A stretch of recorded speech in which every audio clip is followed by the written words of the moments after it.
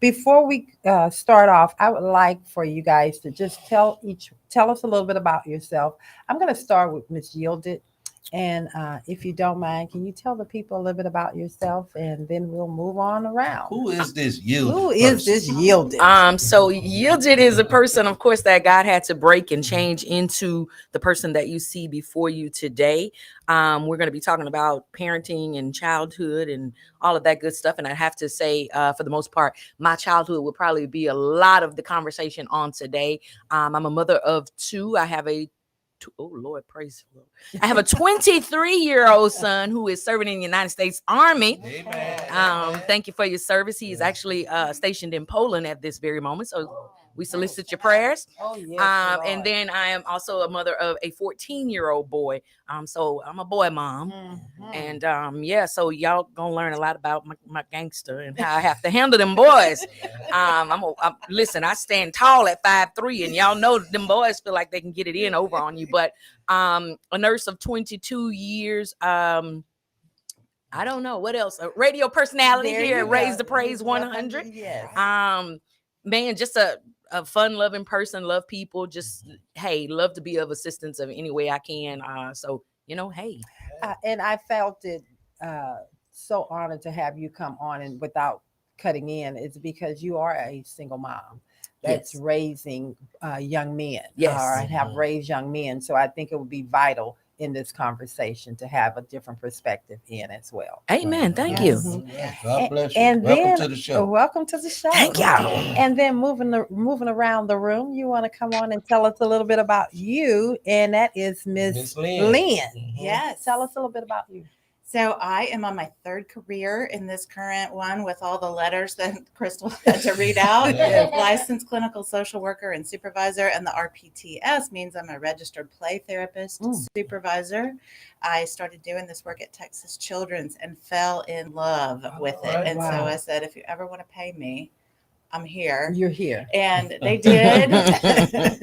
Prayers of thanks for that. And then I opened my own practice in 2004. Wow. We serve really little kids, so we do play therapy, which gives them a voice. A voice. And I have added parent coaching to my practice because sometimes nobody needs a mental health diagnosis. Right. Families just need a little support. Mm-hmm. So we do that, and I teach parent classes. Oh, Mhm. excellent. And I have a couple folks who work for me and a wonderful assistant. Mhm. I am a parent of two older than I can believe children, so 25 and 23. All right. And they're wonderful humans, not entirely because but we of me, had for to go. sure. But we had to go through something to get them to where they. Yes. Yes. Parenting has taught me Yes. humility, And if so this nothing play else. therapy, is it just for the children or both the children and the parent? It is for both, and it's Yes. so powerful. We Mhm. can get everybody in the room and do family play therapy, and even little kids can Mhm. have a voice, Wow. which is so powerful. Wow. I think we're going to Yeah. talk a little more about that. Mhm. And then, of course, you, Dr. Angela Powell. Tell the people a little bit about you, and then we'll dive into this conversation. She just sound, her name just I sound like kn- she just somebody. Yes. Come on, Dr. Powell. I'm also a veteran. So prayers going out to your son in Poland. I know that feeling of being away from home during wartime. I served during the Desert Storm, Desert Shield period. So it's very uneasy, So we do want to pray for those people who are serving. So I do have a 28-year-old son as well. I have a 21-year-old daughter. So I'm not new to the parenting game, and it changes every day. And I Oh don't my God. need to tell you all. So it changes. The parenting game changes with whatever is going on in the world. It comes into the home, and so you find yourself constantly adjusting and retweaking and stressing out and all of that good Yeah. stuff. So after serving in the Air Force, I entered the education field. I was a school counselor for about 17, 18 years. During the same time, I opened up my own private practice around 2008. So currently I'm a professor teaching counseling, as well as with my private practice. So that's where I am today. The LPC-S is Licensed Professional Counselor Supervisor, and I also still hold my Texas School Counseling certification as well. Wonderful. And the reason I felt like it was really good to have you guys on the show today, because we're going to get into some deep conversations. And I think that you never know who's out there listening, who's going through something. And we want to make sure that we are navigating this thing correctly and we're not misspeaking. So we're always here at the Love and Victory Show wanting to put trinkets out there to help help one another. Well, let's just dive on in here. Before you dive into Okay, Brother Paul. Miss Bell, I want to ask the brothers out there. Oh, okay. I am one male on the show with a host of females, and I solicit your prayers for me on this day. He's gonna need it. You know, because I'm good for putting my foot in my mouth out here, and I got all these ladies on the show, so I don't want to get my head beat in. So y'all help me out there, brothers. Help me out. All right, brother. I think we're gonna try to keep you from putting your foot in. What was the last thing he said at one show when all the women was tearing him up? What did he say? He says, "I'm gonna have to." Something crazy. He did. I don't know what he said, but they better not come for Brother Carter while I'm in the building. Come on, now. Don't come for him. Come on, now. Don't come for him. That's what I'm talking about. Okay, we just Got a go. soldier on my team over there. We just go ahead and dive in. And how does the topic "Mom, Hear Me Out" affect you? And anyone can jump in on this one. How does the topic of the show "Mom, Hear Me Out" affect you as a counselor or therapist, or as just a mother, a parent? Anyone want to jump with that? I would have to say, as a parent, it gives me an opportunity to, with a 10-year gap in between my two boys, it gives me an opportunity to, you don't get a blueprint as a mother, how it should go, how it should be structured. But having that 10-year gap, it gives me the opportunity to make improvements from one to the other. And so Hear Me Out kind of speaks to me in where I kind of feel like I am with my 14-year-old. I didn't really get this thing quite right with the first one, as far as hearing him out and this, that, and the other.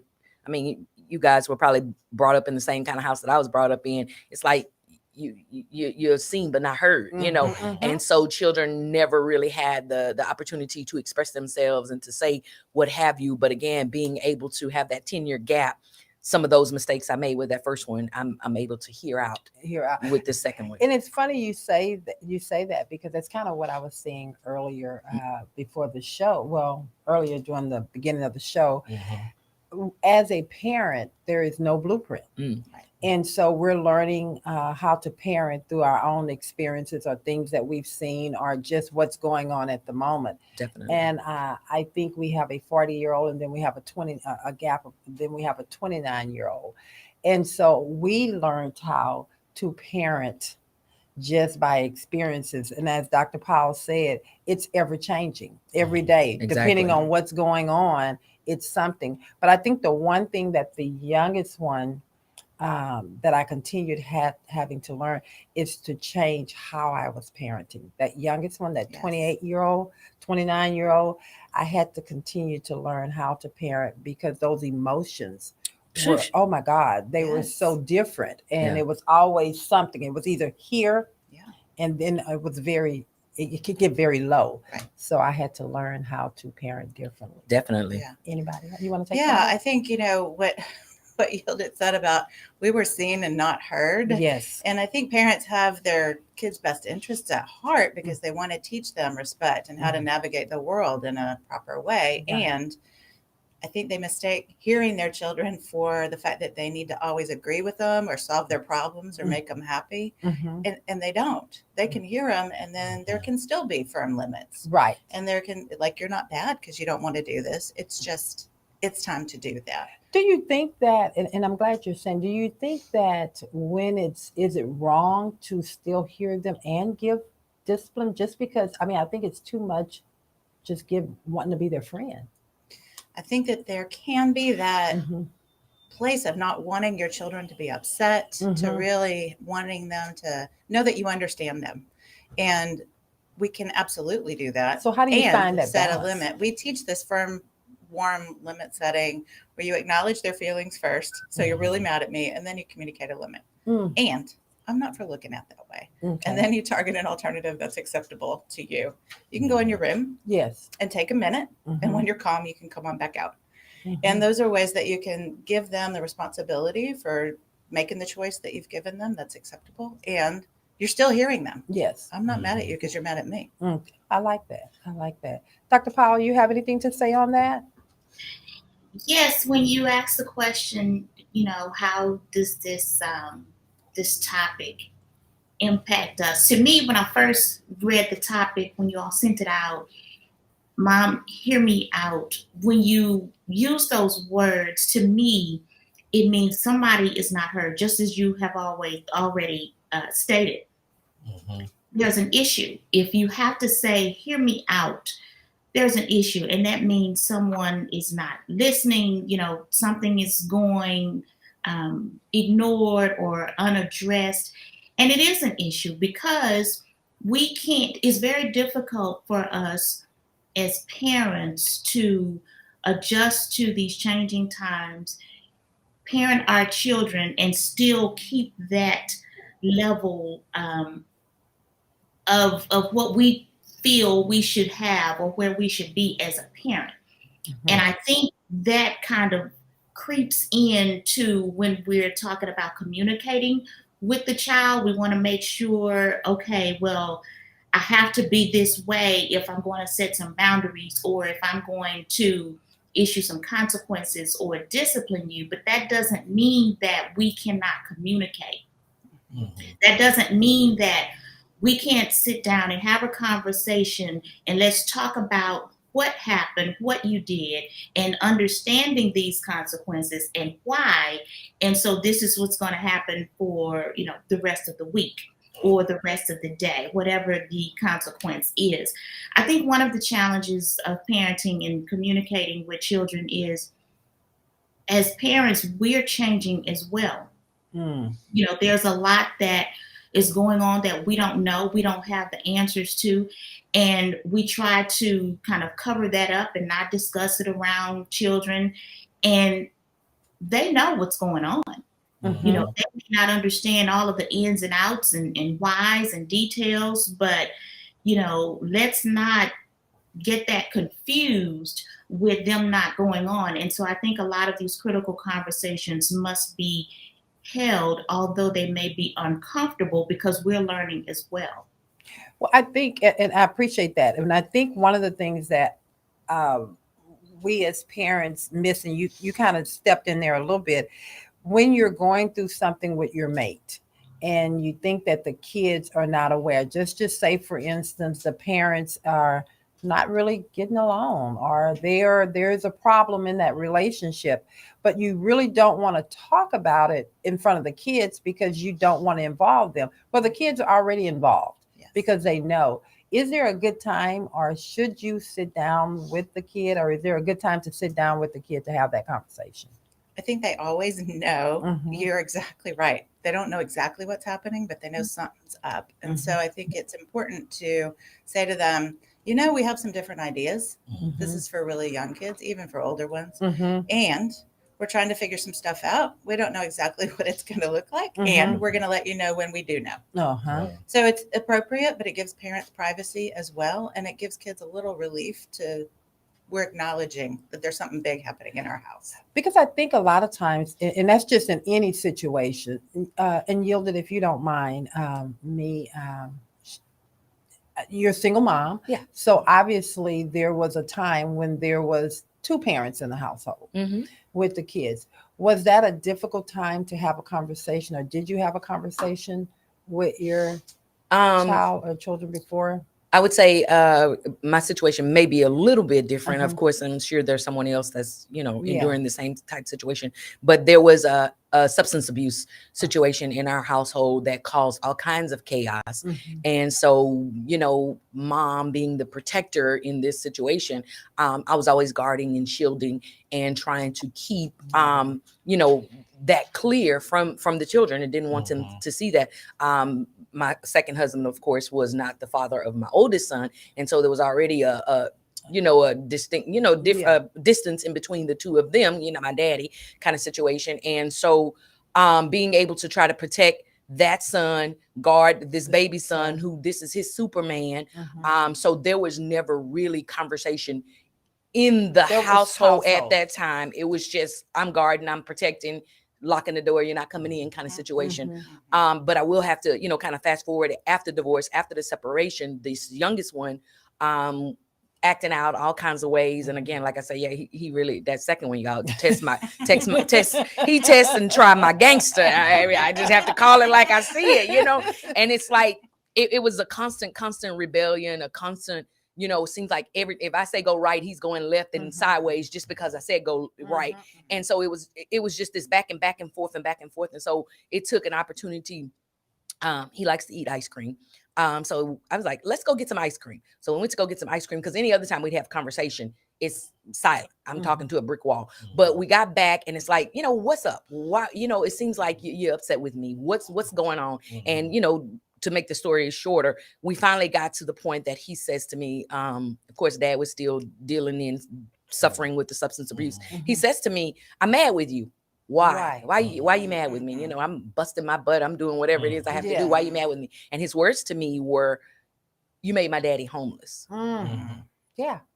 And so it's like, yeah, in the back of my mind, you mean to tell me I've been ready to knock your whole head off because you think I made your daddy homeless, you know? And so I had to choose my words very carefully. And it's usually, you know, those kinds of times I'd walk away and come back, but I feel like we were right there. So I was like, okay, God, you're gonna have to give me the specific words to say to give him this. But I basically just gave him the responsibility of who and what his father had to assume for himself, not, you know, not me, not to blame me, not to, you know, those kinds of things. But it still kind of took a couple more conversations after that to kind of explain. And I had to explain to him, you know, in the conversation, he says to me, well, you know, why did you divorce my dad? And it was like, well, you don't like anybody being ugly to your mom.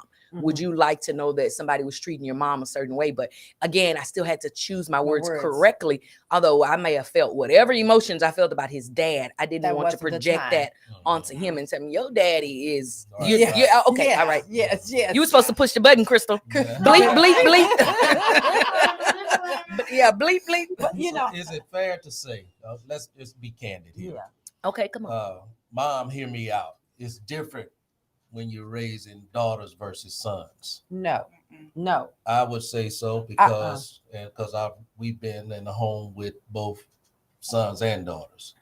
And daughters, especially when they become teenagers, become more emotional with their feelings and things like this. So when mothers and daughters are having a conversation and both begin to be emotional about the conversation, no. Okay. I got your back, bro, Carter. Say it.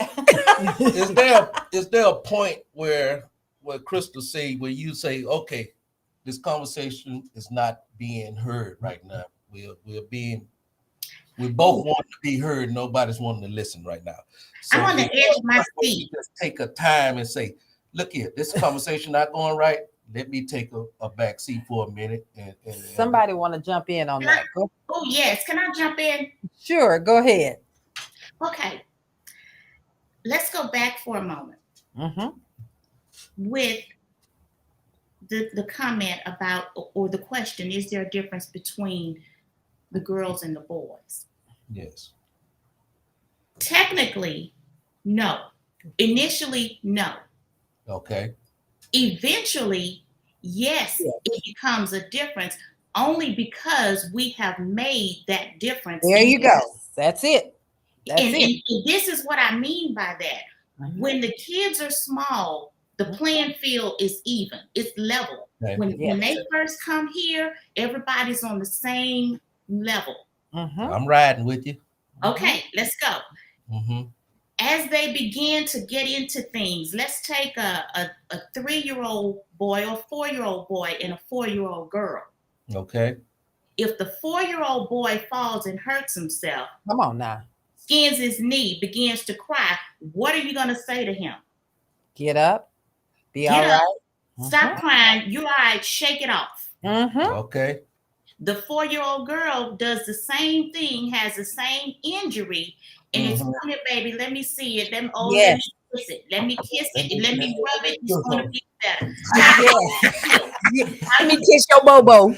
Yeah. Let me kiss your bobo. Is that better? How you feeling? And so when you're talking to her in that manner, is it better? You're waiting for a response. So at that moment, even though she's 4, you're teaching her how to identify her feelings. Okay. And you're teaching her how to express those feelings. And you're giving her a safe space to communicate those feelings. Whereas that 4-year-old boy has been taught. You don't have no feelings. You don't have any feelings. We don't talk about that. I'm sorry, Dr. Powell. I just have to jump all over this one here too, because I'm a woman. You're also teaching, and I was a dad, my dad has gone on to heaven, but I'm also a daddy's girl. And so we learn how to also manipulate. Yes, we do. We learn how to lay on that. We also learn how to lay on that dad's emotion. We also know how to. No, I'm saying, let me find out she over here manipulating because she fell and skinned her knee. But that's where that comes from. And so the girls, you know, even as babies, they have generally speaking, they have a broader vocabulary. We get them the dolls, we get them the little tea sets. And so all of their activities are centered around communication, expressing feelings and whatnot. Boys, we get them the trucks, we get them the men that's fighting. There's no communication today because all they're doing is crashing the trucks. Vroom, vroom. They're not building their vocabulary. Yes. Wow. So they don't have the vocabulary. It's not to say that they don't have the feelings. They have them. They just don't know how to label them because they haven't been given that safe space. Oh, wow. So fast forward. Go ahead. Fast forward to go back to your question. When you're having that conversation and it's getting heated and emotional between the mother and the daughter, it can very well be the same way with the son had he been given that space to communicate. Wow. But the girl has always been there, and so she's more comfortable in doing that. So well, the doors of the church are now open. You have knocked it out the box right there, sister. And I'm glad that I mean, wow. Yes, it's just, you explained that very, very well. Brother Carter, did she do that? Yes, she did. Okay, yes, dear. Dr. Powell. So it's not the boy's fault. It's not expressive. It's just we taught him not to be expressive. Exactly. Wow. Exactly. And so that's where a lot of this anger comes from, this acting out, because once it's in there, it's going to come out some kind of way, whether they're doing emotionally in the conversation or whether they're going to go somewhere and punch somebody else. So let's take this thing a step further. Wait. While we're still on the subject, this is your conversation. Go ahead. Oh, he wants some of this here. He getting his therapy this morning. Now, do you have a daughter yourself, Dr. Powell? I do. You do. And your daughter is what age right now? She's 21. 21. That's a perfect age where she can really just talk back to you. Well, so you getting 3 us out of that? Wait a minute. That sounds like some excitement. She can talk back to you. So now, in your own life, you have both male and female, correct? Yes. Yes. And so your dialogue comes more from your daughter than your son, if I'm not mistaken. Not really. No. Not really? No. Oh. No. Okay, no. Hold up. Jump on that. Let me tell you something. Okay. As a personal experience, it's actually the opposite. Yes. Because for some reason, well, my mom always explained it that somehow the males are always in love with their mothers, Mm-hmm. and the females are more in love with their fathers. Mm-hmm. Okay. And we proved that right, because in my experience, I was very in love with my father. Like that was my world until our relationship changed. Shift. But my brothers actually talk way more, or are more emotional with me and my mom than they ever are with my dad, because my dad does not let them be emotional. Right. So they know who to be emotional with. All right. Wherever that safe space is, that's where they're going. That is so true, and that's true. And the dynamics in my home is weird, because my children, and although they're grown, but they're still my babies. They're still your babies. They, if something is wrong, if they're upset about something, if they're sick, anything where they need nurturing or a safe space to talk, they come to me. If it's something with a quick fix, if something is wrong with the car, or it's some financial questions involved, they go to their dad. All right. Is that familiar, Lawrence? Dr. Powell, get out of my house. He's not going to sit and talk. He's not going to have a long, drawn-out conversation about their feelings and their views on things and why they did this. It's either right or wrong. You're either going to take it to NTB or discount tire. Let's get this. Let's do that. How much you need? You should have saved more. And that's the end of the discussion, and everybody has moved on. But if it's something dealing with feelings or anything beyond a quick fix, they're going to come to me.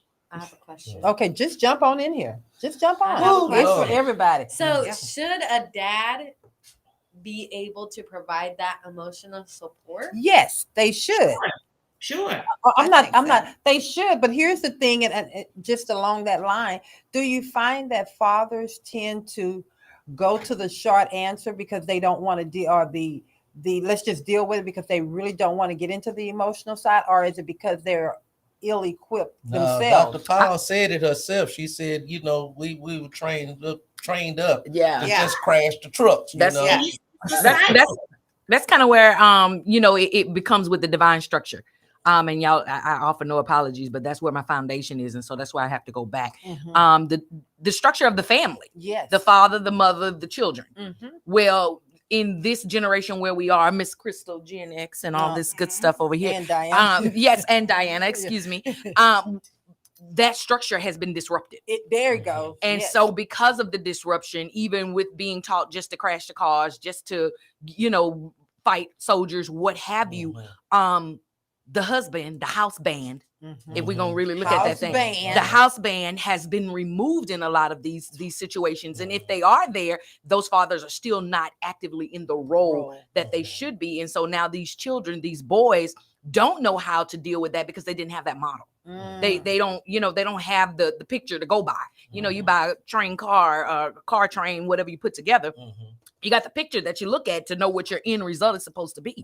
But boys, men don't have that picture to look at, and so they don't know how to respond and deal with these things, and that's why they have those two emotions, mad and mad. And I'm really upset because I hurt your feelings, but now I'm mad. I'm really afraid because you got a bad diagnosis, but I'm mad. That's the only, because they don't have that model to look at. And so, and I just have to say, in the dynamics of the Black family, that is predominantly the situation, because most fathers are missing in the household, household. And so that house band has no covering. It has no house band. Yeah. The husband, house band. It's actually missing that band that holds it together. Did I tell you this was going to be some deep, candid conversation? It's hard to give what you don't have. Yes. That is so true. And then you think about that youngster that you just described, where that house band is broken. When he decides that he wants to be an adult and he starts to bring children into the world, how is he going to teach them? Wow. But he doesn't know. And that's why they got these men acting out in different perspectives, because the house band has been broken. And so now you got a mother in the house with boys, and they're learning how to be mothers instead of fathers. Oh, come on. Because now. they're being taught by their mother. And I would have to say, they say mother's intuition or mother nurturing. What's the word I'm looking for? Motherly love and all of that. It's innate. Intuition And that's a natural thing. Well, I have to say that I totally disagree, because my mother and myself didn't have the best relationship as a child. And so now it's like, I don't really know how to be a mother to my children. I know I need to feed them. I need to bathe them. I need to do these things. But it's like drill sergeant. This is foreign. Yeah. I mean, I'm like, oh, you crying, boo boo, get on. I was tickled when y'all say if it was a girl or a boy, you pat them or whatever. Both of them, get on out of here. Go wash the blood off and go play again. That's me. I don't have that. Oh, coo. No. You don't have that. Yeah. Because that's not a skill that you learned in the household. Exactly. And so, taking all of this back full circle. She was great. She was raised as a male. As a wolf. Eat taking, my young. Taking all this back full circle is that we are parenting based off of how we were taught ourselves. How we default. And unless we go and get some help, exactly, and for the family structure, for the kids, we're going to be creating this generational mess. Exactly. They're going to take this brokenness that we placed in them onto their families when they start to rear kids. Wow.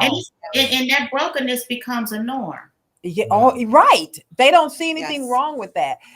I want to go back. I tried to start something out here, brothers, but these women put me back in my place real fast. We thought that you would just go be good. Yes. I know. Can we take a pause? We're going to take a quick break. Thank you for reminding me, Brother Carter. This is why he is my co-host. He helps to keep me on track. We're going to take a quick break, and we'll be right back. We got to pay some bills. We'll be right. We ready for us, Crystal? Yes, well, come on with it, baby. Welcome back to the show, man. This is your main man, Brother Carter. Love and Victory Show. Thank you, because Crystal just brought us back hot. You got to be ready. You got to be ready. That's it. We are ready. This conversation is so good. Crystal, can you? I don't see my wonderful Miss Dr. Powell. She's there. Where you went to, Dr. Powell? I don't see you. See me? Did y'all cut me off? I don't know why they cut you off, but I'm not seeing you yet. I still see maybe there's the ad is still up. Thank you. Okay, Brother Carter tried to push the button during the commercial, Dr. Paul. I didn't touch nothing. He had enough. Yeah, he tried to level the playing field a little bit. He said, let me get some of these women out of here. I can't throw these out of here, but I can throw her off the computer. Right. I don't know what's going on. I don't see her. Dr. Powell, you straighten me out real quick. Now I got to come up with another plan to stir up something. Yeah, you tried it. He trying it, ladies, but we're going to be ready to catch anything he throw at us, right? We're going to just go ahead and go with it. I'm going to go back to Hear Me Out. And one of the things that I want to talk about is that the kids in school. I know I have a full outline here, but now we're moving on. We have the dysfunctional, a little dysfunction going on in the household. Now our kids are school age kids. So now they're going into the school system with those same frustrations and issues that are going on with them internally. They get into the school, and the first thing they want to do, the school district, and I'm not here going after any particular school, the first thing they want to do is say, oh, this child has a behavior issue, and we may need to do an ART. So now we want to put those numbers on them. What are those numbers? The 504. A 504. Is that New Orleans? That's the area code for New Orleans. Yes, it is. Yes, it is. That's the only thing you can equate with my son at a 504. Okay, then. So now they have brought them into the school. They are now looked upon as a problem or a diagnosis. What are some of the things that you can do as a parent before allowing them to really get their child into that tagline, that situation? Yeah. The doctor or the therapist? I one of think y'all pick up- advocating for them is so huge. I Mhm. think coming in, as you said, our kids are struggling with Mhm. so much in just our everyday lives. But I mean, think about the pandemic. I Yes. mean, everybody is so stressed. Mhm, So coming in and talking to the teacher, talking to your administrators. mhm. All right, we're 100% behind your policies, Mhm. and they're struggling a little bit. So Mhm. sitting in their seat or being 100% compliant is probably Mhm. not as easy for them this Mhm. week. Mhm. Also, just helping your kid rehearse a little bit at home. Mhm. So, not punish them because they had a hard time sitting in their seat or they didn't get their homework done. Instead, let's walk them through what it's going to look like. Okay, Mhm. you're going to go in, they're going to expect this of you. I expect that of you too. Mhm. Here's how you're going to do it. It might be a little tricky. Here are some tools you could use. Mhm. So you help walk them through it, and that way you're supporting the school, but you're also advocating for your child and what you know of your child, Mhm. because you know them better than anybody else is ever going to know them. Okay. Okay. I see, Diana, you had your hand up. What do you want What to say? is the 504? I don't know. Oh, I don't know. okay. What is the 504? I've never heard of this. It's a section of the law, and I'm not a lawyer, so I can't speak to exactly what Yes. it's up. And Dr. Powell, hop in if you know exactly. They where they have to provide special support for your kid. They have to have every kid deserves equal opportunity to learn, Mhm. regardless of what's happening with them. Mhm. Mhm. So they're actually ordered into. So those are state mandated. What is it? It's IEPs, That Mhm. yes, individual IEP, education and protocol. right. And so that's a whole nother. Yeah, when you're talking about the IEPs, that's more specific to the actual special education program. Mhm. It's a little different than 504, although they're quite similar in order to ensure that all students are receiving equal opportunities for education. The difference is special education is special education, and that's where you have those IEPs and those ARDs. That's where that comes into play. The 504 is almost a component of that, but they're making sure that students with any type of Disability. impairment, right, Mhm. is able to receive the same amount of free education as his or her peers. For instance, you can have a child who is highly intelligent. You can have an A student who has a vision problem, Mhm. a vision impairment. Well, Mhm. that student could qualify for 504 accommodations, meaning that the teachers and all involved would have to provide a little bit more for that student who has that vision impairment, maybe print their homework on brightly colored paper or with larger print, Okay. so that they could see a little better, or Yeah. allow them a buddy, or to leave that class 5 minutes earlier to get to the next class because of that vision impairment. Those are types of accommodations that can be under 504, not necessarily meaning the child is special ed. Okay. Okay. Well, thank you for breaking that down. Now we have some of the teachers and some of the parents that don't. They they focus more on the behavior Mhm. of the child versus really getting down to what's going on with the child. Right. That's both parent and teacher, Both parent and Yes. teacher because does they that. don't recognize there's an issue there. They just see the problem.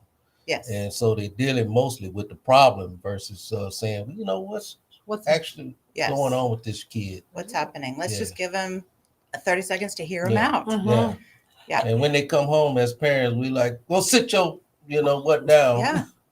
Stop And acting a fool and around it's them. definitely what you're saying, Brother Carter, is accurate. We see the problem and that's what we focus on. Yeah. And being that parent with dealing with the problem, Mhm. you don't have the skill set, the resources, or anything to even delve down into the problem. It's almost like walking up to you and knowing that you got a gaping head wound, and all I know how to do is open up a Band-Aid. Mhm. So it's like, I'm not even gonna look at your head wound because I can't do anything Right. for it. And so Mhm. being that parent, you begin to feel hopeless and helpless, Mhm. because if your child hasn't done XYZ 1, 2, 3, Right. then there are no services or no resources available to you. Mhm. And another thing, as a parent, as a mother, in most cases, it's the mother that's getting all of the calls from the school. It's the Yes. mothers that's getting the emails Mhm. saying that you haven't done your homework. Mhm. It's the mothers that having to take off from work and go up to the school and deal with the frustration of what their child isn't doing, and also that child's frustration.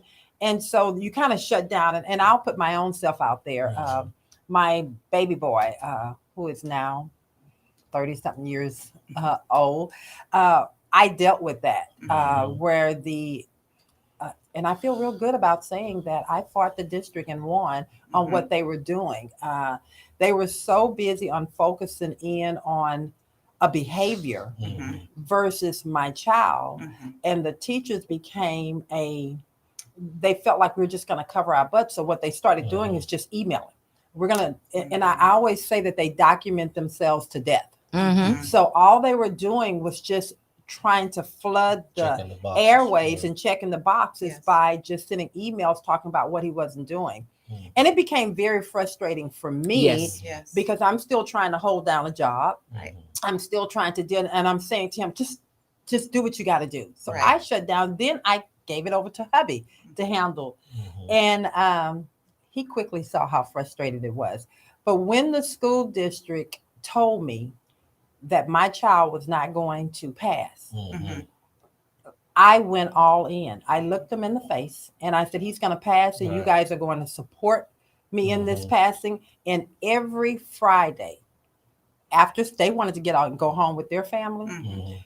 every Friday after school, we had a meeting, a roundtable meeting with every teacher and an administrator. Mhm. And you want to frustrate me? I'm going to frustrate you. Well, my son didn't just graduate; he graduated with honors. So, Yes. you So know, the- but the moral to the story is, it took us a while to to get to this place. though. Definitely.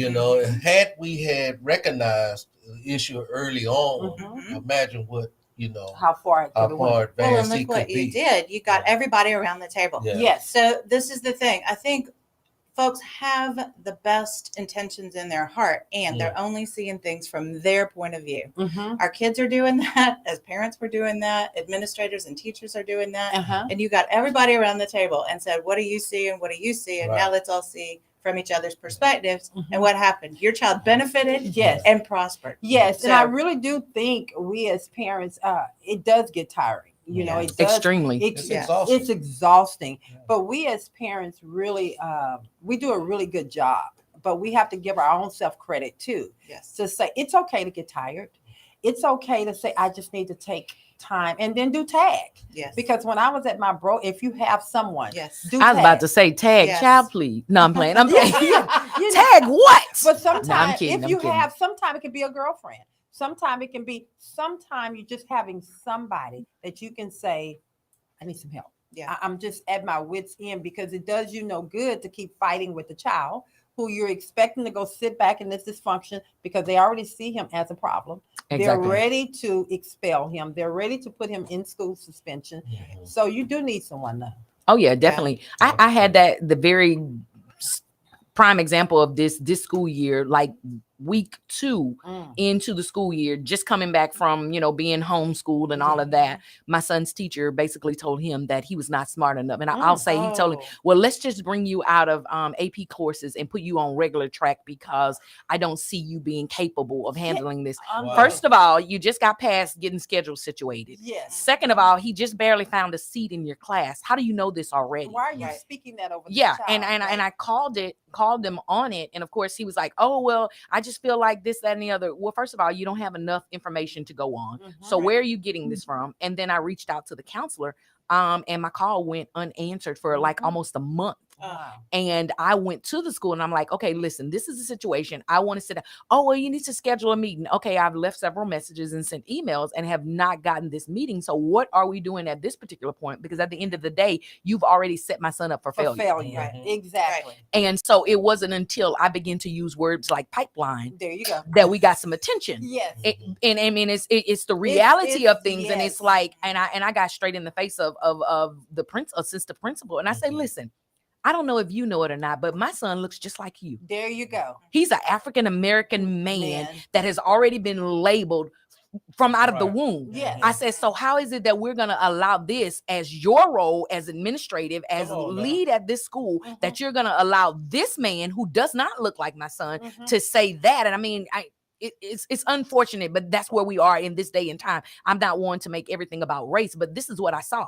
Because if little experience, exactly. It's nothing wrong with that. It's like, and he's like, oh well, what happened? The teacher, I was like, what the heck do you mean? What happened? You told my child on day number 6 that he was not smart enough. Y'all hadn't even opened a textbook on day number 6. It's unbelievable. And you know what the hurtful thing is that it's a seed that's being planted. And most of the time when they tell those kids that, they're not telling them one-on-one by themselves. They're openly saying in front of other kids, which then is playing on their self-esteem and their confidence, and their friends and their peers are teasing them. Yeah, so, and this is the class he turned into a pilot, and he just sit in class and make airplane noises because he wants to get him back for saying those things. Exactly. And so it's just been that back and forth all year long between him. And I was like, listen, the best way to defeat him with your anger is to show him exactly what he said you couldn't do. That's right. That's right. That's exactly right. And it's just been an ongoing thing. But again, the school system, I feel like right there was failing, setting my child up for failure. And had I not continued and been persistent about, okay, we're going to sit down, we're going to talk about this, and still had to keep going to call this meeting. And then when we get on the meeting, it's like, oh, well, we're going to have to get back with you on that. No, this is the point of this meeting. I want to address this comment. This is what we're talking about, because this affects how he performs, not only in this class, but in the classes thereafter. So I'm going to ask that's a blessing that you was even an involved parent. Because there are a lot of parents that are not involved and wouldn't even know the situation that's taking place in their child's life. So, and at 14, that's not his job to change his behavior and prove an adult wrong. Exactly. It's not. Oh my God. Can you repeat that? At 14, it is not his job it's not to teach a man that he should not talk down to him and should not berate him and should not undermine him on the 6th day of class. Yeah. And the sad part of that, and I really want to hear from the licensed professionals out here in that situation for that particular child, what type of damage has been bestowed on her child, and what can she do, because it's still there. I think about even the things that they said to my son. Yes. That still played on with him. Oh, he's laughing. They called him at school and said, oh, he's laughing in the lunchroom. And my husband said, literally, the principal called him at school and said, we have Lawrence. Oh, I'm sorry, son. I did say your name, but everybody know who you are. Anyway, he's laughing in the lunchroom. And so my husband asked the principal, is he laughing by himself? Yeah. Is he over there by himself? Yeah. No, he's just laughing. So tell him what you said. If he laughing by himself, we have an issue we really need to address. Right. But, he's back there with the other kids laughing. I said, I can't say what I said to him on the radio. Push the button, Crystal, push it. But it was the final straw. I say, you are deliberately trying to label my son at this point. So I had a few choice words for him and make him back off. And they don't have a pencil. Well, don't call me at work because he don't have a pencil. I pay tax. Give him a pencil, and we'll deal with that later. It's those types of things that have caused our kids in school to become so frustrated, or either they're dropping out or they are failing. I'm asking the professionals, what can we do to help those kids? Or what can a parent do to help their child in situations like that? Well, you can tell them that the teacher is not correct about him. I had one of my children be told, oh, you're not really making that great a grade in this class. They were young for being in an advanced class. And the teacher said, you're not doing that well. You should probably switch to a lower class, similar to your son's situation. And I said, no, I don't agree with that. First of all, that teacher should teach you so you can do better. Oh, wow. Second, we are fortunate enough to have the means. I'm going to get you a tutor and you can learn this. It's just a matter of learning and time and effort. Right. And I will say that it changed their perspective of that subject matter. Wow. They did not think that they could do it anymore. And I just said, no, I don't believe that. And I have a different idea about you. Wow. Beautiful. Dr. Powell? this whole conversation it's so complex Mhm. because it's like the dysfunctions or the gaps in one area affects the next area. Yes. Regarding the teachers, now, just like anything else, you have people who should be there and people who shouldn't. They're there for the wrong reasons, just like anything else. But a lot of the teachers are under pressure due to the state mandates and the school districts that are putting them under. They're overworked, they're underpaid, they're lack of resources. So they're frustrated as well. And then when they have a problem, it's just like one more thing that they have to deal with. When you have an overcrowded classroom, 22, 25 students, you're stressed out with your own stuff, it becomes very difficult. However, if there is an issue with a child, I would recommend the parents, first of all, you have to be involved. Just like Brother Carter said, you have to be involved. You have to be present. It makes a difference if the school knows that the parents are actively involved too. You're going to get a different response if they know that you're involved. Whereas if they know that you're kind of, lackadaisical and really don't care, okay, this one's probably going to get pushed aside. But when you have those meetings with the teachers or the administrators, if you're in disagreement, initially, I would recommend not having those conversations around the child. Because sometimes it can backfire, and then the child goes back and says, oh, well, my mama did this, or my daddy said that, he can't talk to me anymore. I wouldn't recommend having those, relaying those messages through the kid about how you feel about the administrators or the teachers until you get everything ironed out. And then maybe you can have a meeting with the child present to let the child know we are all on board. Everybody's doing their part. They're doing their part. They're going to call me and let me know when you're not doing this. I know you can do this, and this is where we all are. And just kind of state the goals of everybody that's involved. Because like I said, it's a lot of different moving parts in it. If the school knows that the parents are actively involved, that's going to make a difference with them.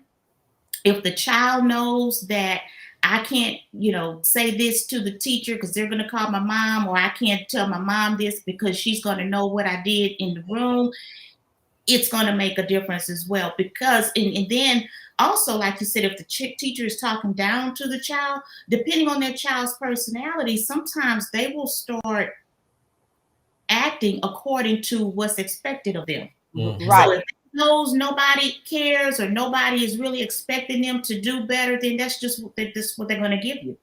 Well, it's and I'm going to move on from this, but I'm going to make that. I want to piggyback on what you said. It's so true.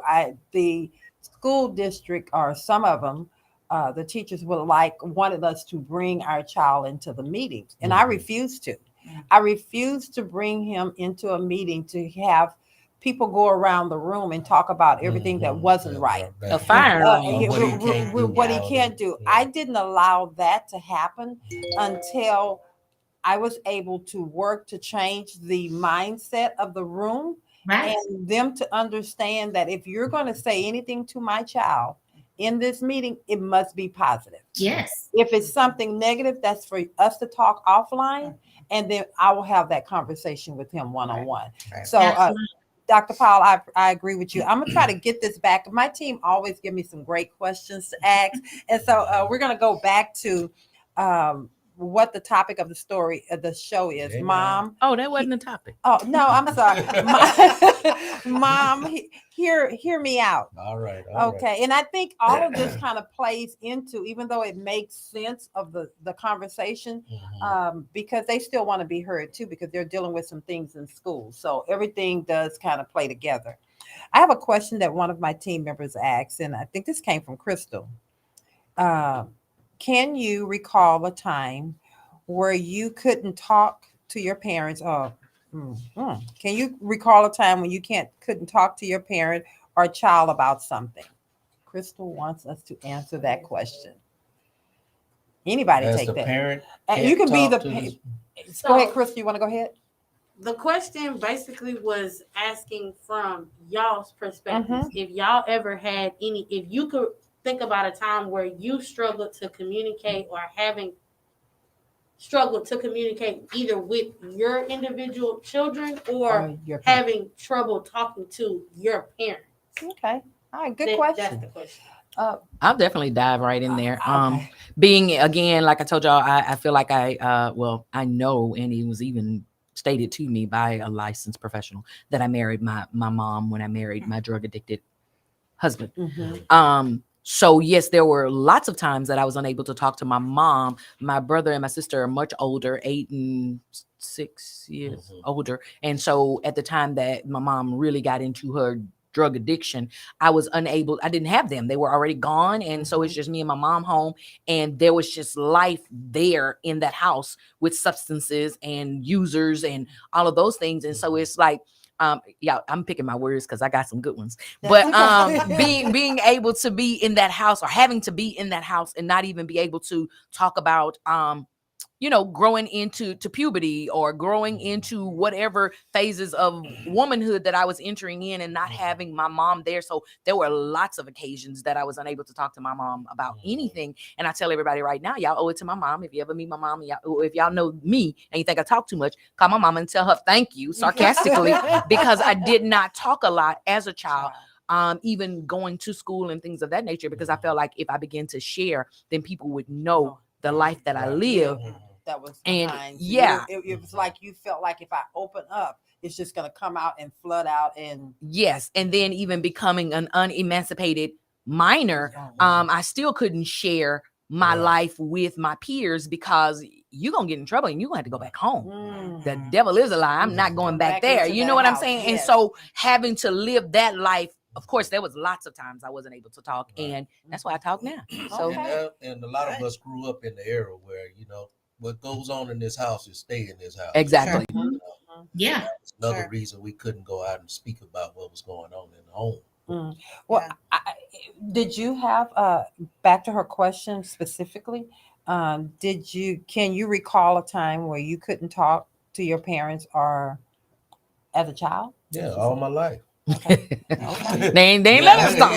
All my life, and I was never an expressive individual, so I kind of took it on the chin. This thing called life, and just kind of took it day by day, and just tried to raise myself up the best I could. Do you think you still operate from some of those? Absolutely. Okay. Yeah. Dr. Powell, what about you? Same question. I can recall a time, just trying to have conversations with my children.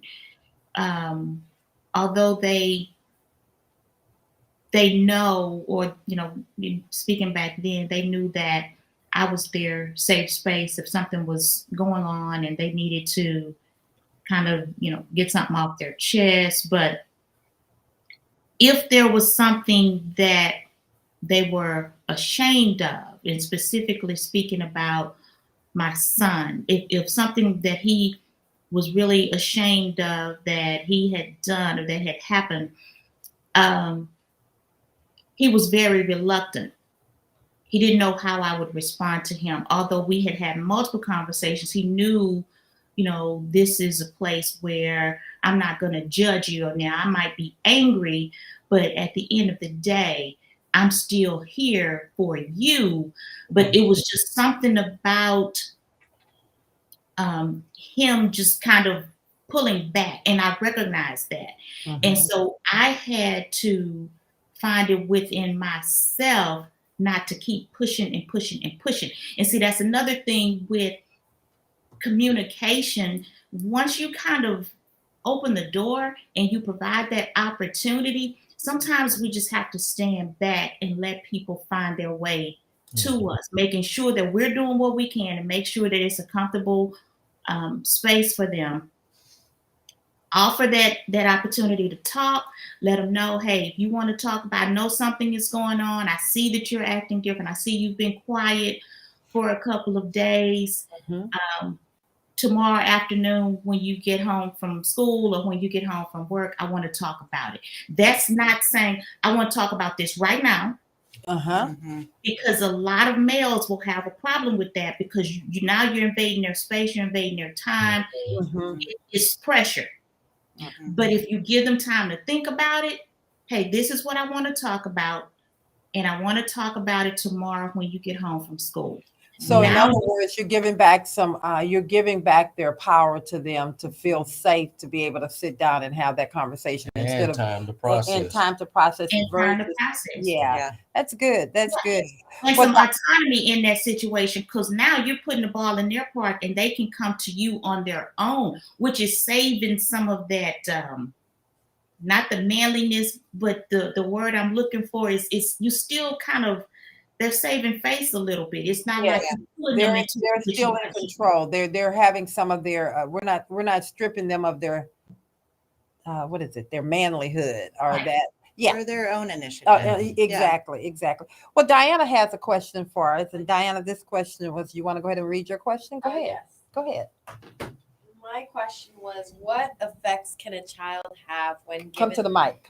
I'm sorry. What effects can a child have when given the freedom to express themselves to their parents? Ooh. And do you mean like...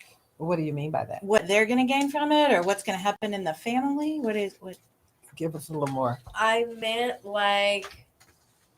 I guess you could say like, what will you see in your child once you give them the freedom to express the benefits? What you're talking about of being able to express. What are you going to see in your child? I think ironically, what we see in them is it's great for them because they start to recognize their own feelings and their own needs and their own wants, and they can then, I think, be more in control of how they handle them. So it's like, okay, yep, I'm mad.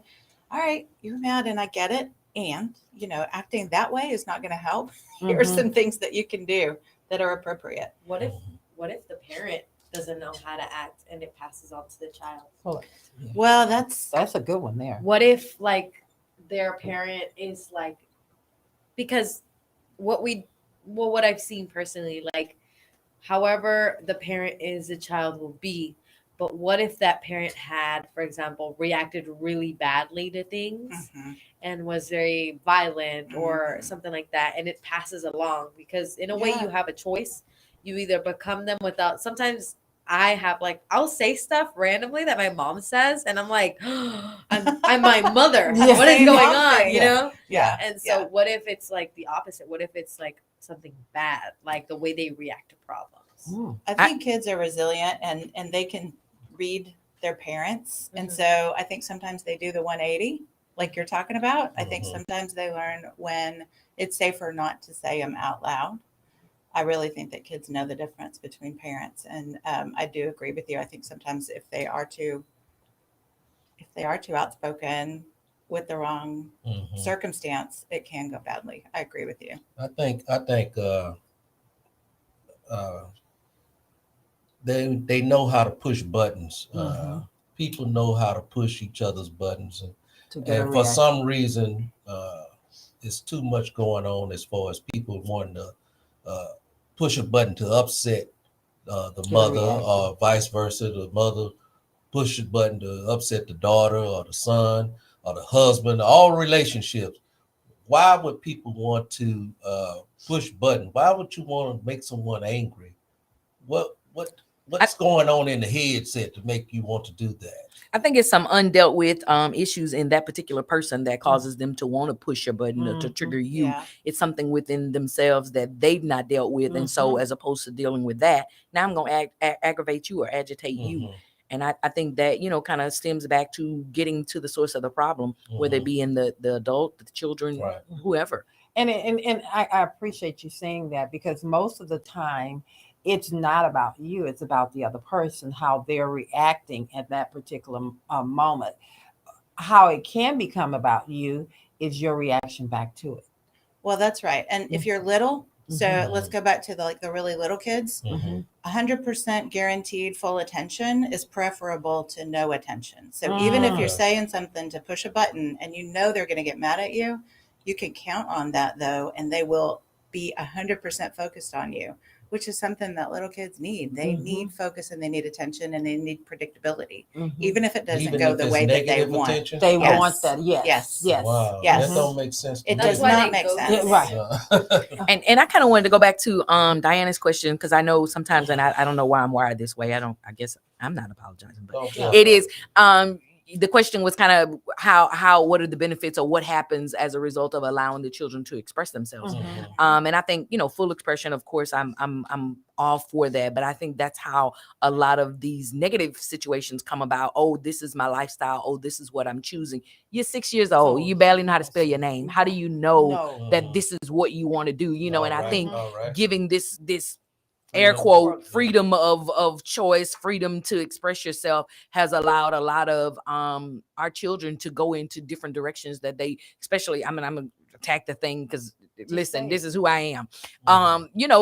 Homosexuality.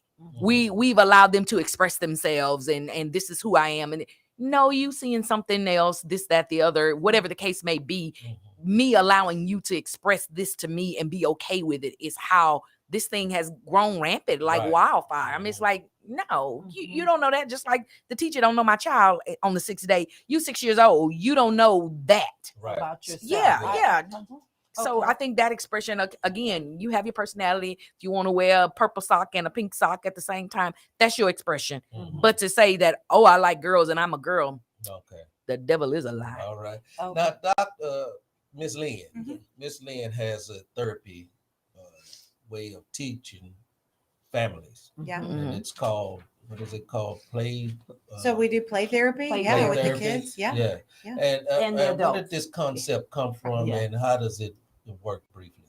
So the way that you and I could go and sit down with a professional and verbalize how we're feeling or what we're thinking, little kids can't verbalize as easily as us taller people can, but they can absolutely play. Play is their language. And so we have trained professionals who know how to be with the child in that and to witness it and to interpret and to support them as they make progress.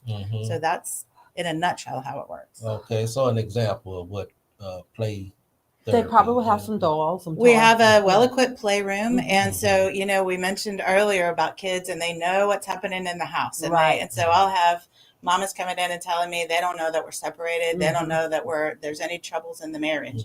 The baby comes in and plays out and daddy's up in the top right hand of the house, the dollhouse. And the mom is all the way down in the bottom left, sleeping. That's where they went to bed. Well, they're showing me that they I know something's up. Okay. I know that something is going on. So they play these things out and they make sense of them and they master them. I think I want to go in a little more, and thank you for that comment, but I really want to go in a little more on the communication piece of the older kid now, because what Diana said, and I really don't like to leave them hanging when they, giving them the freedom to be able to talk is also something that comes with some responsibility.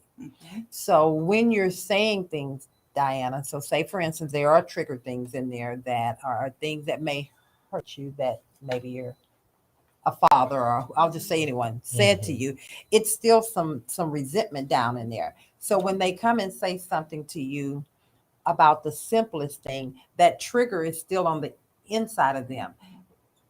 How do you address the trigger when you're still trying to express how something made you feel? I need a professional. As a parent or as a child, because she's an adult, a young adult or an adult, because that trigger is still there.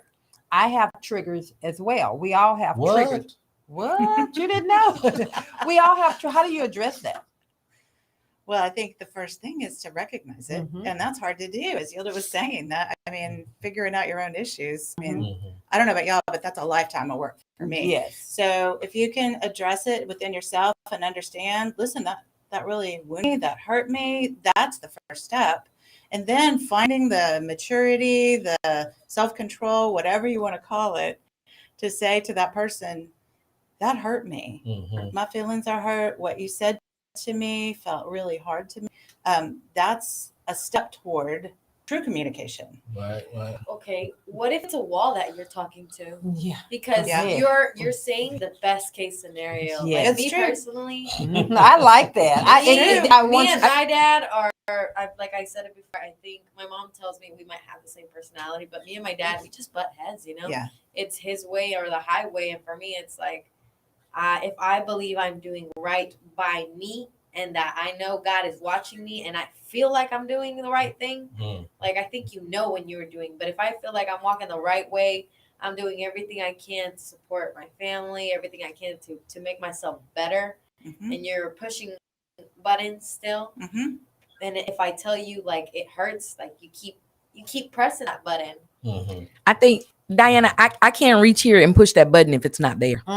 So I think it has to be a self. Yeah, I think the only way I can push it is if it's there. So I think it has to be a self. If you see that you've ran into a brick wall, then recognize that brick wall as a brick wall. Get the healing for yourself so that button, that wound is no longer there for him or whomever else to press again. I mean, if a person can only do to you what you allow. Right.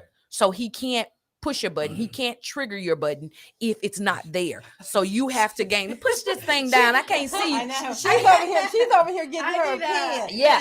So I think the ultimate thing that I'm saying for myself is what I said earlier. You have to resolve that inner thing that keeps you bound to whatever it is your dad subjects you to, or whomever it is. If they don't have that control over you, then they can't push that button. So you have to be healed in that area. She's seeing this as a parent though, and in her eyes, a parent should be the one that recognizes that there's an issue before she does. Well, it can all day long. But you can control you. See, for me, I've had times where I'm like, it's the times that I walk away that I'm like, God help you. I am walking away from this conversation. But it's like every time, like I've had moments where I feel like I healed already. I'm like that when I tell my dad, you know what, God forgive you. Like I'm not dealing with your drama. And I walk away and I feel good. But then out of nowhere, it's like I go back into it's like a cycle. Well, there's power. There's power in your expressing your truth and in recognizing your truth, and that's the healing that we're talking about. And then you can control yourself. Your reaction. You can only control you, not him. You can love him. You can pray for him. You can accept him wherever he is, and you control your side of the equation. And that's what I was going to say to the same thing. First of all, knowing what you can control and what you cannot control. You can only control yourself. And usually, at least 90% of things that we worry about that causes us anxiety are things that we cannot control. Yes. Once you realize that and you're able to kind of, put that in a different category and you focus on what you can control, although it may be uncomfortable, some of these things may hurt, but you have to realize, okay, this is a boundary that I'm setting for myself in order to protect my own peace. And when you were saying about the father, how he should be able to do this, don't should yourself. When you start shoulding yourself, and I said should. I like that. I love that. I think I like it because it sounds like you cussing. Pray for me. Yeah, pray for me too. We're working on that. So you kind of it's an easy way to say, okay, I'm not going to should myself, and you can say it as fast as you want to get that release, or you can go all the way if you want to, but you cannot control what anyone else does. So once you set those boundaries and you say, this is what, causes me to feel this way. I feel this way when this happens. And you realize that you do what you can to protect your own peace. And then you kind of let the rest go. And once you've done all that you can do, then you move forward. But you do have to be able to, and I see somebody put that in the chat about setting boundaries. You do have to be able to set those boundaries for yourself. And that comes from knowing what bothers you and knowing what you can control and what you cannot control. Now, Dr. Powell, doesn't that take like spiritual growth to get to a point like that? Can you do that on the natural growth. Hold up. Oh, okay. It's a Jesus take the wheel moment. Holy Spirit, activate. Holy Jesus Spirit, take the activate. wheel. Yes, Okay? I had those definitely. moments, okay? Definitely. And I like to say, I know you'd ask Dr. Paul, but just on a personal, I mean, you know, Yes. because she has the clinical skill set and all of that, but on a personal experience, you have to know who you are, know your There worth, you go. and know that you're not deserving of those things. And I say that from my own personal, because I would allow my mom to say things, do things, and to treat me certain ways because that's my mama. Yeah. You understand what I'm saying? It's And so so, much harder. but even going where Brother Carter went, you have to get in a place spiritually where you're okay with That's knowing right. that if this is toxic, I'm not going to I'm keep not getting gonna ready to put go myself- there. I'm not Right. going there. And everybody is like, oh, that's your mama. That's your no, you're talking about your mama. That's Yeah. not the relationship. You only get one mother. Yes, you're right. You only get one, but she only gets one daughter, LaKethia. And, You and- understand? And it? I love that Correct. because just because there is a family tie there does not give you permission to mistreat me. Oh, Exactly. repeat that one more And- time. yeah, Hold on. and you're Repeat it. totally Right. capable of saying, I'm not doing that. I'm not Right. subjecting myself to Yes. that. So that means not going to family functions because your dad is going to be there and he's going to act a mule. Then don't go. Don't go. Because you owe that to yourself to say that I'm not getting ready to drive my car into the cliff. Mhm. That's what you're doing every time you But- allow. But you heard what she said.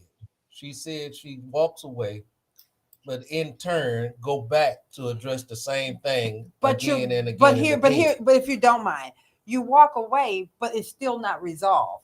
But what you have to do is you have to make the decision, no more.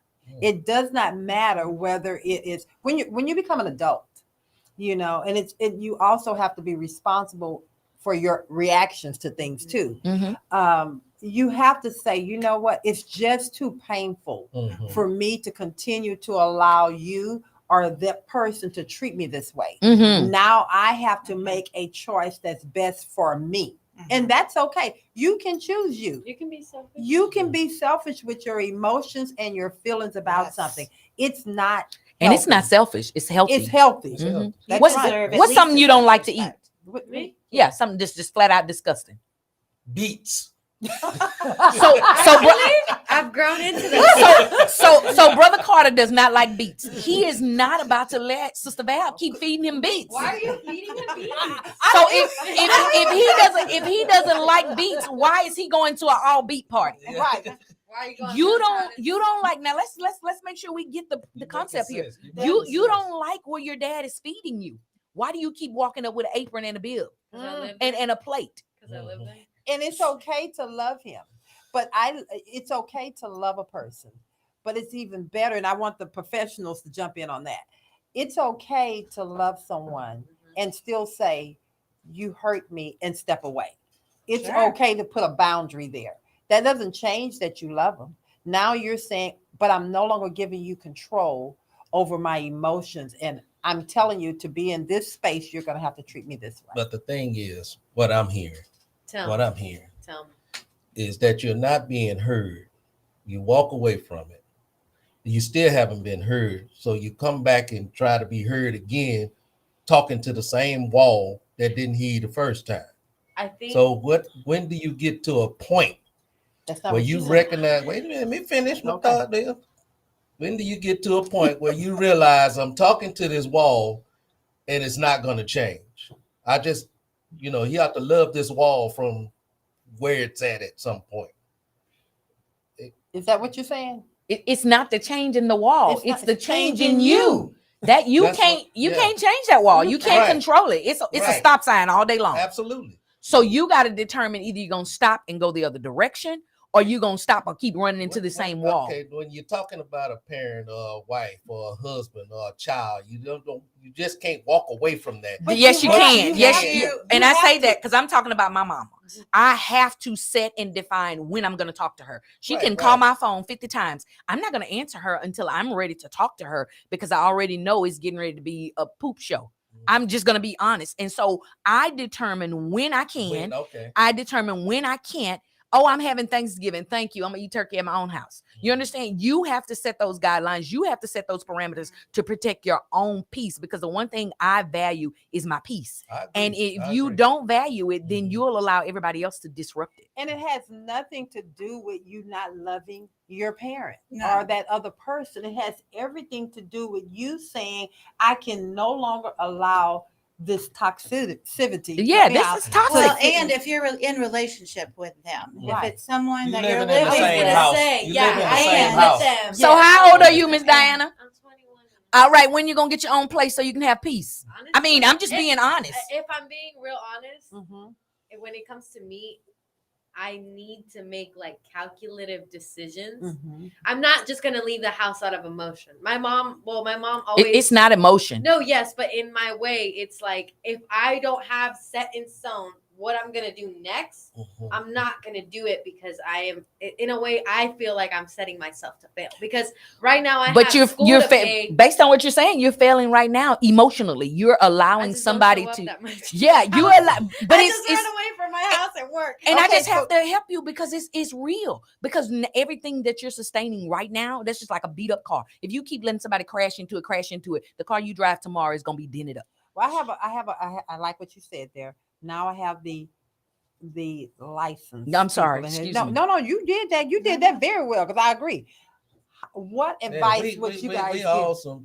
all some unlicensed professionals around here, so don't worry. a Don't lot worry. of knowledge, a lot of knowledge. But I want Dr. Powell as well as Miss Lynn. Miss Lynn. Please jump in there, and if you guys could give her. I was just going to say, you deserve respect, and so does your father. Mhm. You can set absolute boundaries. I don't know what happens when you're on the phone with your mom, but I'm guessing that you are courteous, Mhm. you're friendly Mhm. to the point when you have to hang up the phone. And it's the same thing. So your father doesn't deserve disrespect to his face, Right. Mhm. and you don't deserve disrespect either. So you just treat him as you would someone with whom you would like to have a cordial business relationship. Mhm. That Maybe was that's what it powerful. is. Yeah, you know what? It works better when I'm not home now. Like because I'm always working. I was gonna ask y'all, how do you think that contributes to your personal life? Because me personally, one thing my dad did teach me for sure is always hard work and like always working hard, Mhm. being like good in your job, making sure you're helping other people, like you do your job and you do it good. Mhm. That's it. There's no in between. And I'm thankful for that. But it's like, I also realize that, for example, I overwork myself to escape my real life. You running from the problem. You're I'm not from- fixing it. And You I'm, know? if y'all don't mind, Sorry. Dr. Powell, before I go there, could you jump in on that? Well, what I'm hearing two things. I'm hearing that she wants to be at home Mm-hmm. and she's waiting for him to change. And she's frustrated because he is not changing. Mhm. So she's really shooting herself because she feels that he should be doing this thing Yeah. Mhm. because he is her father. Father, yes. Mhm. He is showing her he is not going to, Okay. but she stays there. I don't think because she's not prepared financially to move. It sounds more like she's not emotionally ready. She's waiting for that answer from him. So my question is, how long are you going to play this game with him? Mm. When I'm done with college. Okay. I'm almost done. Spring Say, 2023. how long you gonna play the shit Look, game? listen to what he said. Listen to what she said. Because even though you'll graduate from college, Mhm. you'll go on and you'll get your own place. The issue will still be there because he's still going to be that same person with those same reactions because he still has his own issues. So it's even though you're in the house, I believe, and I could be wrong, it's about how you react to it as well as what type of power you're going to give over to him in this situation. I mean, it's like At the end of the day, it's you as an individual are responsible for yourself. You have to get to a point, and take spiritual growth to get there. You can't do this all on your own. You have to have spiritual growth to get to a place where you're protecting your own self. No matter what's going on in and around and about you, I'm centered on where I need to be in life. It don't mean that don't affect you. It don't mean things don't affect you that's in and around about you, because it do. But you have to have a place where you stand firm on, and something that you can believe in more than yourself and more than what's going on in and around about you. And it's okay to seek help in that area, because it sounds like you're looking for something deeper. You're looking for something more, and you're going to stay there until you get it. I just really feel like, it's okay to seek help for yourself, not seeking help to fix him. If he chooses that, that's fine. That's his decision. But the only person that you really can control is yourself. I'm going to thank you, Dr. Powell. That was spot on it. I have a question, but we're going to go take a break and we're going to come right back. And I want everybody to think on this one. Do you believe the disconnect in communication comes from the child being afraid to talk without being judged, or from the parent not having the right words to say? Why or why not? If we could think on that, and then we're going to answer that question when we come back. If we got everybody got that? Yes. Okay, then we'll be right back. All righty, we are back at it, and wow, this off-camera conversations continued on, and it was very good. I want us to go back. I left us with a question, and I'm gonna repeat the question again, and then anyone can jump in. I see somebody ready at the. Oh, she got her. I don't want to say her gun. I want to say she is ready to go. So I'm going to ask the question. Do you believe the disconnect in communication comes from the child being afraid to talk without being judged, or from the parent not having the right words to say why or why not? That's a question from Crystal. Anybody want to take that? I think it's such a great question. Yeah. I think my answer to the question is that's the question. I think sometimes that's the answer to the question. At school, when you said, everybody was coming at it from a different perspective. And when you got everybody around the table, you could all speak the same language. I think sometimes that's what happens. Kids are giving us messages through their behavior. They're not as able to formulate the statement to us. And so they're showing us what's happening, and we're not able to understand. So we respond with a correction in the behavior or our own response to it. Maybe it's the wall. So I think sometimes it's that the child can't formulate it in a way that the adults can understand. Does that make sense? And yes, it does. It does from a child perspective. Let's take that same question and apply it to a young adult or even an adult. Anybody want that? You want to jump on that, Dr. Powell? Yielded, Lawrence, Brother Carter? No? I think sometimes if we're working with someone who doesn't have the words to express their experience or their feelings, and we just see their behavior, and how those feelings have manifested, a lot of times we respond to the behavior. We respond to what we see. Going back to the beginning of the show. Yeah, and so we kind of go off that, not knowing what's inside, not knowing those triggers. And so does a child kind of resist communicating because of their, a fear of being judged, or maybe the parents not having the right words? I think it could be both. It could be either or. Just like that cycle that we talked about earlier. If a parent is in a position to where they don't have the words to express what they're feeling, and they don't know how to deal with certain situations, that could be the case. If they have been taught, one way, or it's my way or the highway, and they're very judgmental, maybe that's why that child is feeling that way.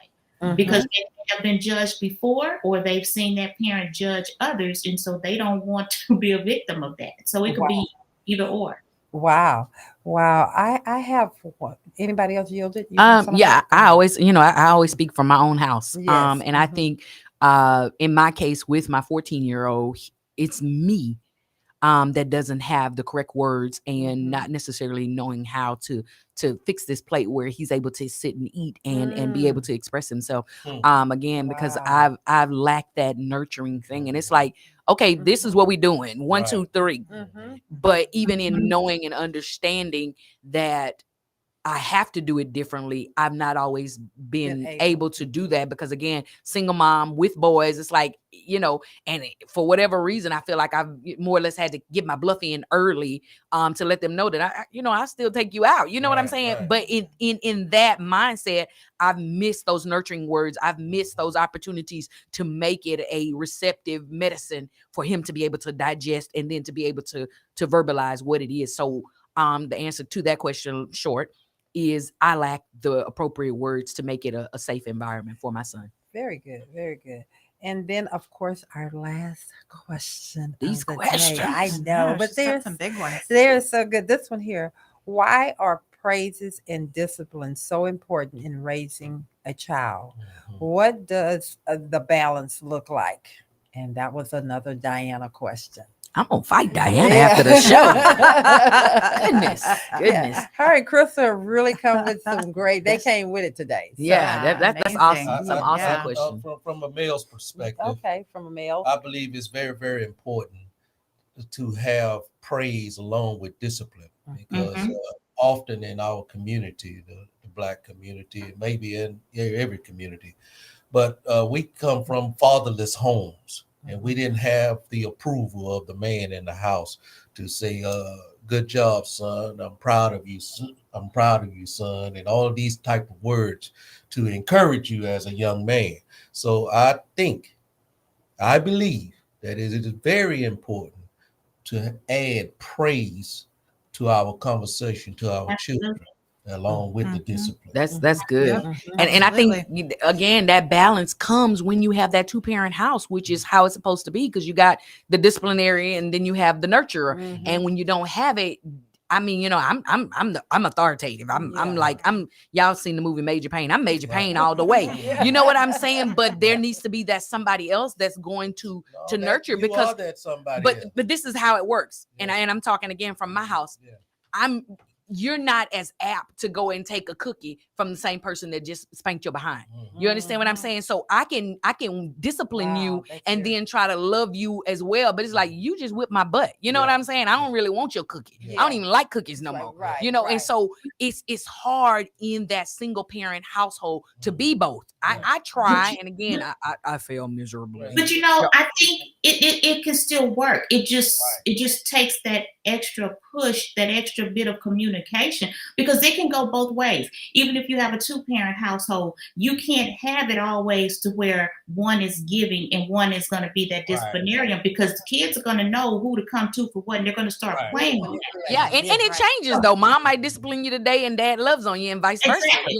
So even with that 1-parent household, it's still the balance. Yeah, you take that cookie right now, understanding that I can take it back at any given time if you don't follow through on this, because I love you and I'm giving you this cookie and I can take it back. It's just that communication that would just have to come a little bit more with the one person, but it could still work.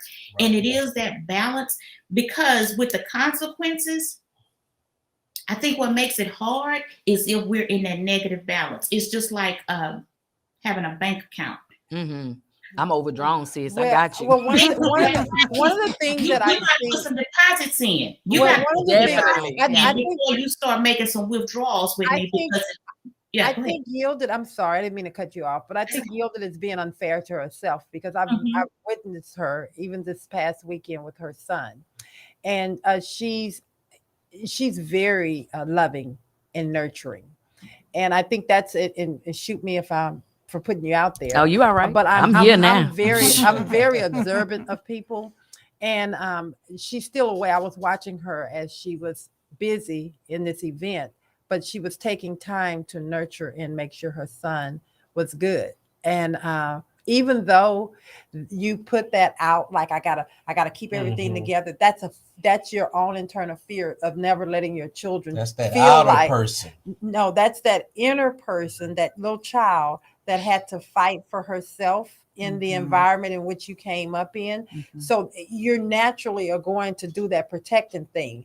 However, where you don't give yourself enough credit is that you are that nurturing mother. Thank you. And I saw that. I saw it firsthand. I've seen that. So I just needed to just stop you on that.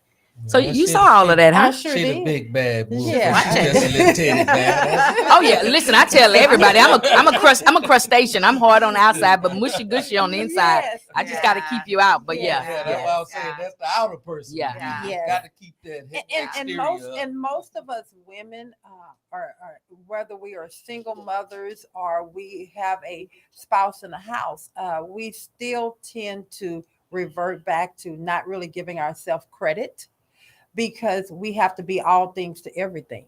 And so as I hear you talk, as I hear Diana talk, and all of the feedback that we're getting, we just need to do a better job of giving ourselves credit for what we do right. We do more right than we do wrong. I think So that's true. Absolutely. And to that point, I would say thinking of discipline as only negative doesn't it discounts the service that it does to our children. Right. So discipline in its truest sense is guidance. That's right. And that's children positive. need structure. They need to know where they are. It's their job to test the limits. It's our job to keep them safe. And when we do follow through and give them those consequences, it helps them trust us and the relationship.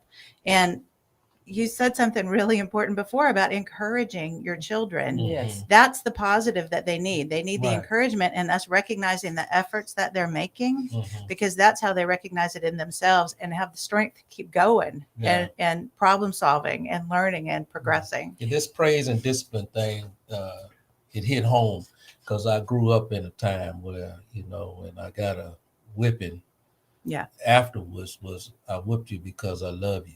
I didn't understand that as a child. Yeah. When I became a man, it became more prevalent to me what it meant. She was raising me up to do right, to do good. And I didn't understand that. When you did wrong, you got your butt whooped. But she said, I whooped you because I love you. Yeah, here's the way to go. And now it makes sense. Yeah. Well, I hate this part of the show every time, as I really, really do, because every time we get on in these conversations, I walk away learning a little more about myself, and also I feel like we are giving people out there that are listening, that are going back on the show and because I get the calls, I get the text message. We're giving them some tools that they can keep moving forward. So I thank you, ladies, so much. I thank you all so much for just accepting the invitation to come on and share and to feed and to be a positive voice for people out there. I'm going to do what I always do. We're going to go around the room, let you share your experience on being with on the Love and Victory show with Val. And then hopefully, which I always mess up on, the last voice that everybody will hear will be mine. I'll start with Miss Crystal. Crystal, you want to talk about your experience on the show and how was it? First off, I just want to say that since it is my first day back in the studio, I definitely do feel the energy that I was missing. The room is ain't missed but 1 week. Okay, so that 1 week. Let me make it. How much you missed here. I thought this was my time. That's right, baby. Dang. Go ahead, continue. Back to the room being whole. I do appreciate all three of these women actually just coming through and just being candid, and also just not just sharing their personal stories, but just touching other people that deal with these situations on a daily basis from different perspectives and different backgrounds. So I do appreciate y'all taking y'all time out this morning, this Saturday cold morning, to come and really just converse with the audience and us. So I appreciate and just want to say thank you. Okay. And Diana? Well, you have me over here thinking. So no, I appreciate you ladies. Everybody give me a different perspective. And I'm sure this helps somebody out there. And that's all we can do, hope for the best. Hope that this helps somebody. But yeah, thank Did you, it help ladies. you? Yeah. All right. Well, I'm then. thinking over here. aren't Okay, I? got you thinking, huh? And then on to Dr. Powell. And Well, please I let just them know how they can find you as well. Okay. I just thank you for this opportunity. This has been very enlightening. And you know what they say, iron sharpens iron. I think all of us are here for a reason, and hopefully we can find something that would help us so that we can go out and help others. Um, so I just really appreciate this, and prayerfully this has reached the person that needs to hear it, and so they would know how to communicate better.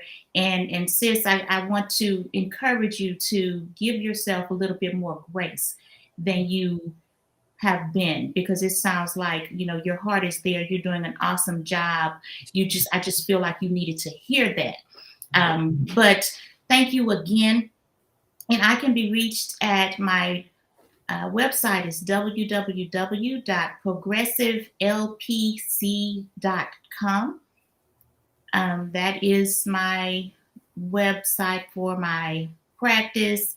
My email is admin@progressivelpc.com if anyone needs to get in touch with me. But I have been blessed with your words. Thank you so much. Mr. Powell, type that into the chat there, your online webpage. Okay, then and now I have in studio my fire over here who have been giving it to me. You want to go ahead and take it?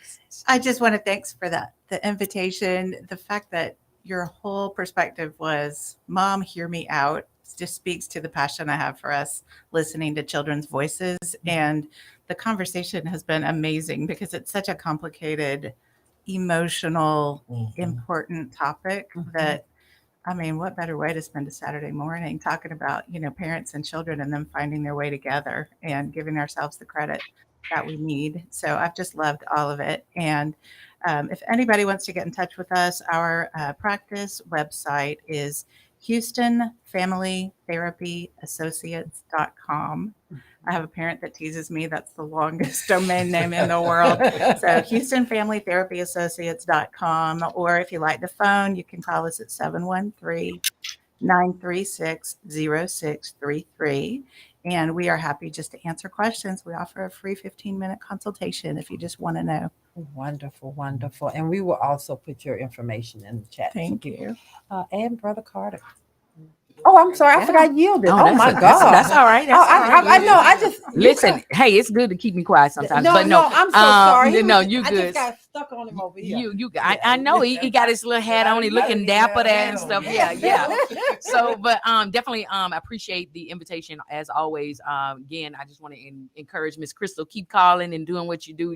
It's hard to tell her no when she calls. So it's definitely a blessing to be here. I thank you guys for the opportunity as always. And just, you know, grateful to know that even when you think nobody sees, people sees, and when you think no one's listening, they're definitely here. So I'm grateful for the Love and Victory show, grateful for my family up in here.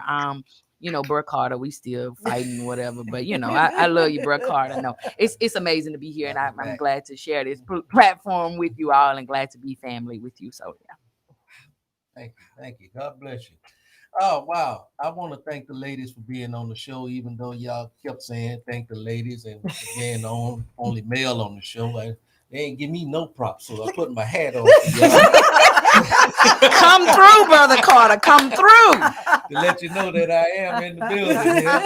You know, if I can leave you guys with anything, whether you're dealing with your child or a significant other in your household, seek first to understand, then be understood. Some of y'all gonna get that tomorrow. Some of y'all might get it today. Seek first to understand. And you can't hear if you're talking. That's what your thought of the day was. That's what it was. You can't hear if you're talking. So take the time to listen.